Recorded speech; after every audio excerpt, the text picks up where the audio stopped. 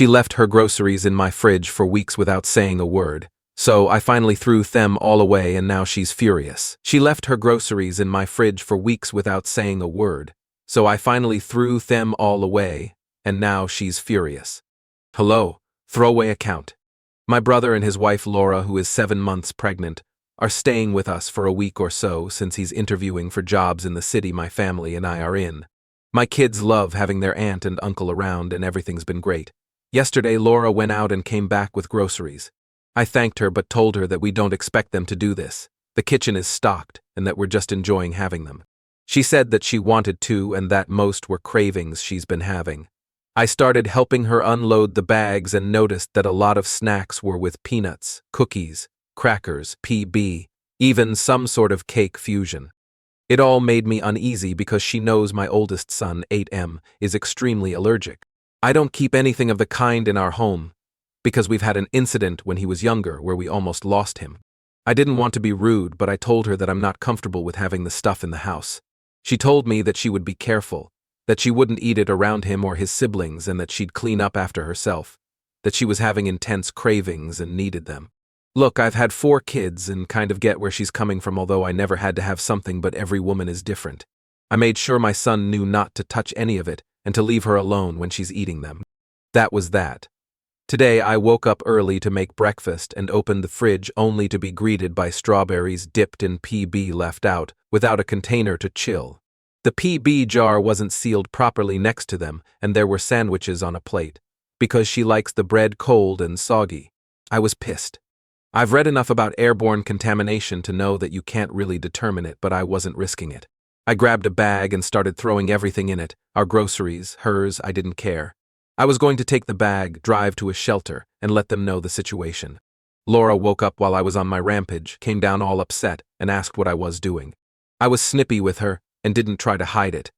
We got in an argument with her defensively, saying that I can't do this, that the baby needs it, and that it's cruel to put a pregnant woman through unsatisfied cravings. I told her bluntly that I don't give a single F% dollar. If she can't keep to her word, then I won't either, and that she'll live without her craving. My son can't say the same with his allergy. She went back upstairs, packed her bag and came back down, grabbed the bag of food and left in a huff. My brother was at his interview and called me half an hour later to ask me what happened. He was upset with his wife, but also with me because nothing happened, and at the end of the day, my son is fine. I told my husband when he came back from work and he's completely on my side. Ida? Next story. She chose her manipulative friend over Maine and now she's struggling. I couldn't help but laugh and call it karma. I'm 28M who was dating Kelly, 27F, for 3 years, planning to propose with an engagement ring and a luxury vacation. However, her best friend, Nat, 27F, was always a problem.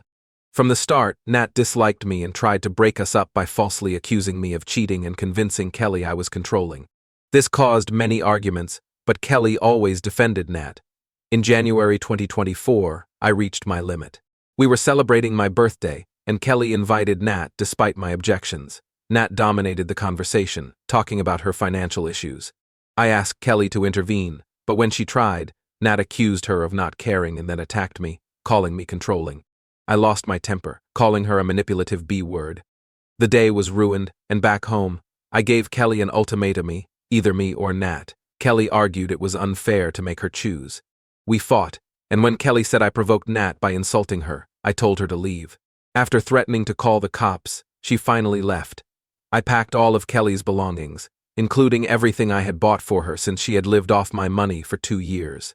I texted her to pick up her things, and when she arrived, I handed them over without speaking. Later, Nat texted, calling me a jerk for keeping the gifts. Kelly also texted, calling me stingy. Angry, I sent her photos of the expensive engagement ring and vacation tickets I had bought to show what she missed out on because of Nat. Then, I blocked her. In September, Kelly showed up at my place, looking awful, and begged me to take her back. She admitted she had made a huge mistake. After we broke up, she got her own apartment but realized how manipulative Nat was. Nat kept guilt-tripping her into giving her money and eventually moved in with Kelly after getting evicted. Things got worse. Nat started invited shady people over, and Kelly noticed cash and valuables, including her grandmother's necklace, were stolen. When she confronted Nat, Kelly was evicted because of Nat's behavior. Now homeless, jobless, and broke, Kelly apologized, saying she would do anything to get back together. I felt a sense of satisfaction and told her it was karma for choosing Nat over me. I asked her to leave, threatening to call the police if she didn't. Kelly told mutual friends, and they think I was too harsh given her situation. They suggest I apologize or even consider taking her back. Now I'm conflicted. Should I apologize to keep the peace with my friends, or am I justified in not taking her back or apologizing? Aita? Vita. Next story. I lit a candle because it had wicks, not knowing it wasn't meant to be used. Now everyone's upset, and I'm confused. For real, last update, I was tipsy and kidding about actually doing that petty stuff, though it did cross my mind. I will go to At Home tomorrow and buy her the same candle and put it back atop the toilet.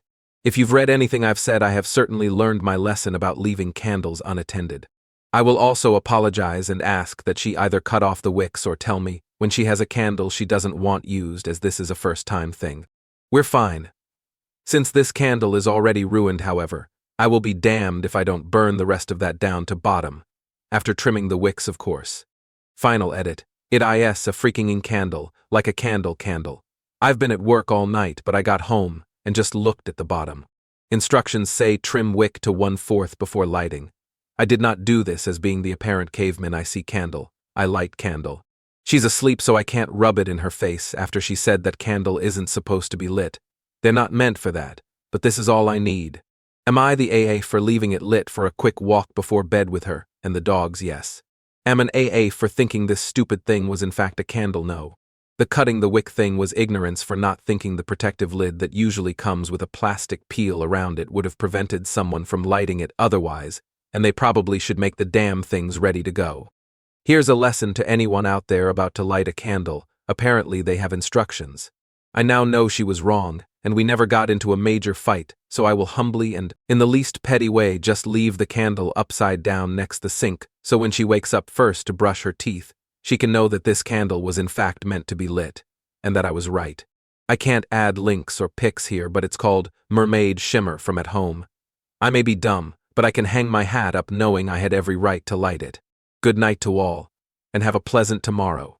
Next story. My sister-in-law had a complete meltdown at my wedding. She ripped her dress, started arguments, and now tears a lot of regret. Let me give you some context first. I'm a 30-year-old woman who met my now husband, 33M, online 8 years ago. I moved to his city, and we've since built a house together. During the pandemic, he proposed and we started planning our wedding. My husband's parents live in the same city, and he has a sister, 36F, who used to live 30 minutes away with her husband and child. My relationship with my sister-in-law has always been tricky. I usually bite my tongue and try to avoid conflict. A bit of backstory about her. She and her husband had a house, but he was constantly unemployed, spending all his time playing video games.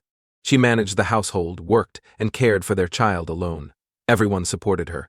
So my now husband, her brother, did their entire garden, and their parents paid for their house mortgage because they couldn't keep up with their finances.